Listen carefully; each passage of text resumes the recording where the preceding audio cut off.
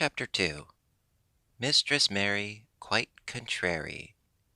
Mary had liked to look at her mother from a distance, and she thought her very pretty, but as she knew very little of her, she could scarcely have been expected to love her or miss her very much when she was gone. She did not miss her at all, in fact, and as she was a self-absorbed child, she gave her entire thought to herself, as she had always done. If she had been older, she would no doubt have been very anxious at being left alone in the world, but she was very young, and as she always had been taken care of, she supposed she always would be. What she thought was that she would like to know if she was going to nice people, who would be polite to her and give her her own way as her ayah and the other native servants had done. She knew that she was not going to stay at the English clergyman's house where she was taken at first. She did not want to stay.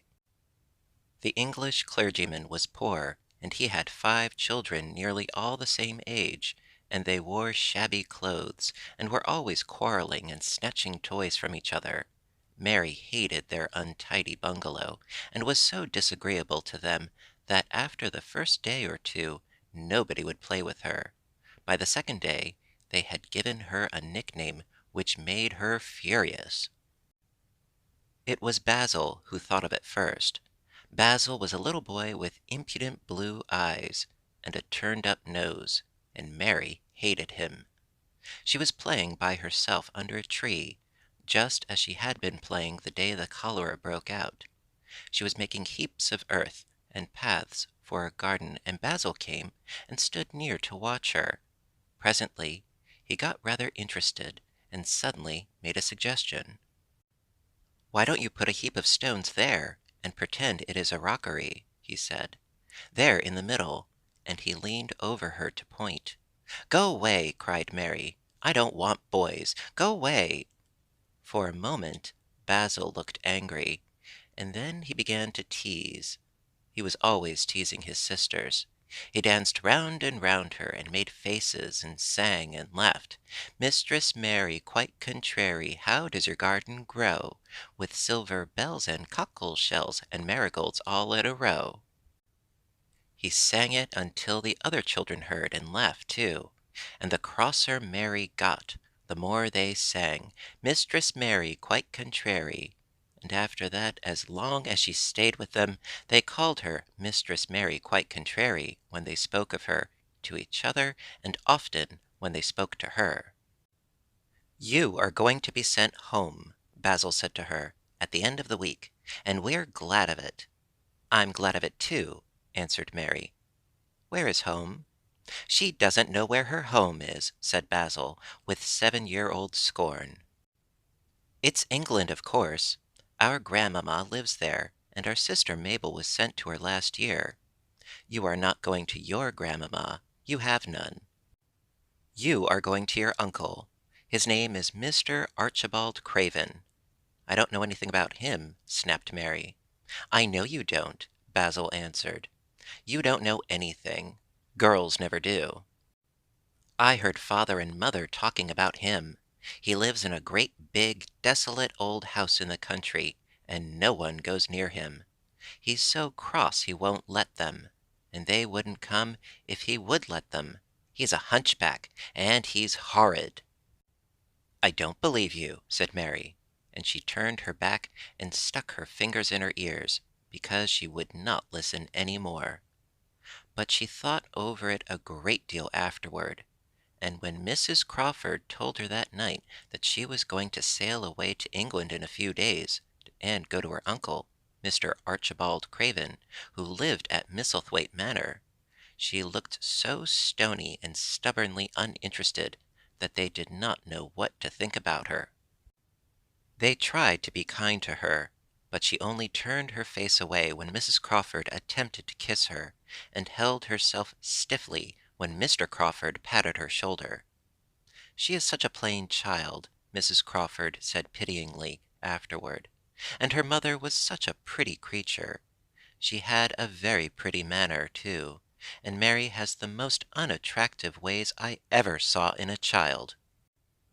The children call her Mistress Mary quite contrary, and though it's naughty of them, one can't help understanding it. Perhaps if her mother had carried her pretty face and her pretty manners oftener into the nursery, Mary might have learned some pretty ways too. It is very sad, now the poor beautiful thing is gone, to remember that many people never even knew that she had a child at all. I believe she scarcely ever looked at her, sighed Mrs. Crawford. When her ayah was dead, there was no one to give a thought to the little thing. Think of the servants running away and leaving her all alone in that deserted bungalow. Colonel McGrew said he nearly jumped out of his skin when he opened the door and found her standing by herself in the middle of the room. Mary made the long voyage to England under the care of an officer's wife, who was taking her children to leave them in a boarding school. She was very much absorbed in her own little boy and girl, and was rather glad to hand the child over to the woman Mr. Archibald Craven sent to meet her in London. The woman was his housekeeper at Misselthwaite Manor, and her name was Mrs. Medlock. She was a stout woman, with very red cheeks and sharp black eyes. She wore a very purple dress, a black silk mantle with jet fringe on it, and a black bonnet with purple velvet flowers which stuck up and trembled when she moved her head. Mary did not like her at all, but as she very seldom liked people, there was nothing remarkable in that. Besides which, it was very evident that Mrs. Medlock did not think much of her. "My word, she's a plain little piece of goods," she said, "and we'd heard that her mother was such a beauty. She hasn't handed much of it down, has she, ma'am?" "Perhaps she will improve as she grows older," the officer's wife said good-naturedly. "If she were not so sallow, and had a nicer expression. Her features are rather good. Children alter so much." "She'll have to alter a good deal," answered Mrs. Medlock, "and there's nothing likely to improve children at Misselthwaite, if you ask me." They thought Mary was not listening because she was standing a little apart from them at the window of the private hotel they had gone to. She was watching the passing buses and cabs and people, but she heard quite well, and was made very curious about her uncle and the place he lived in. What sort of a place was it, and what would it be like? What was a hunchback? She had never seen one. Perhaps there were none in India. Since she had been living in other people's houses, and had no ayah, she had begun to feel lonely and to think queer thoughts which were new to her. She had begun to wonder why she had never seemed to belong to anyone, even when her father and mother had been alive. Other children seemed to belong to their fathers and mothers, but she had never seemed to really be anyone's little girl. She had had servants and food and clothes, but no one had taken any notice of her. She did not know that this was because she was a disagreeable child. But then, of course, she did not know she was disagreeable. She often thought that people were, but she did not know that she was so herself.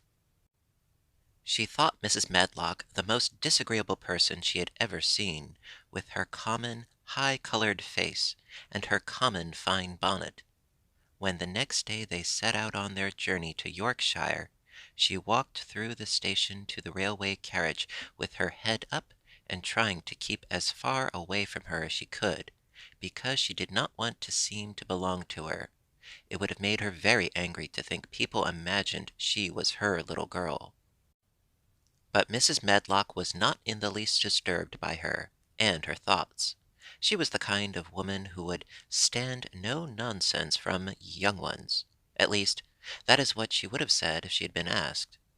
She had not wanted to go to London just when her sister Maria's daughter was going to be married, but she had a comfortable, well-paid place as housekeeper at Misselthwaite Manor, and the only way in which she could keep it was to do at once what Mr. Archibald Craven told her to do. She never dared even to ask a question. Captain Lennox and his wife died of the cholera, Mr. Craven had said in his short, cold way. Captain Lennox was my wife's brother, and I am their daughter's guardian. The child is to be brought here. You must go to London and bring her yourself." So she packed her small trunk and made the journey. Mary sat in her corner of the railway carriage and looked plain and fretful. She had nothing to read or look at, and she had folded her thin little black-gloved hands in her lap. Her black dress made her look yellower than ever, and her limp light hair straggled from under her black crape hat. A more marred-looking young one I never saw in my life, Mrs. Medlock thought. Marred is a Yorkshire word, and means spoiled and pettish. She had never seen a child who sat so still without doing anything, and at last she got tired of watching her, and began to talk in a brisk, hard voice. "I suppose I may as well tell you something about where you are going to," she said. "Do you know anything about your uncle?" "No," said Mary. "Never heard your father and mother talk about him?" "No," said Mary, frowning. She frowned because she remembered that her father and mother had never talked to her about anything in particular. Certainly they had never told her things.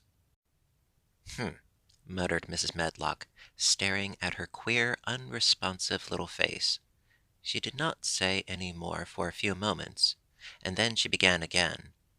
"I suppose you might as well be told something to prepare you. You are going to a queer place." Mary said nothing at all, and Mrs. Medlock looked rather discomfited by her apparent indifference. But after taking a breath, she went on.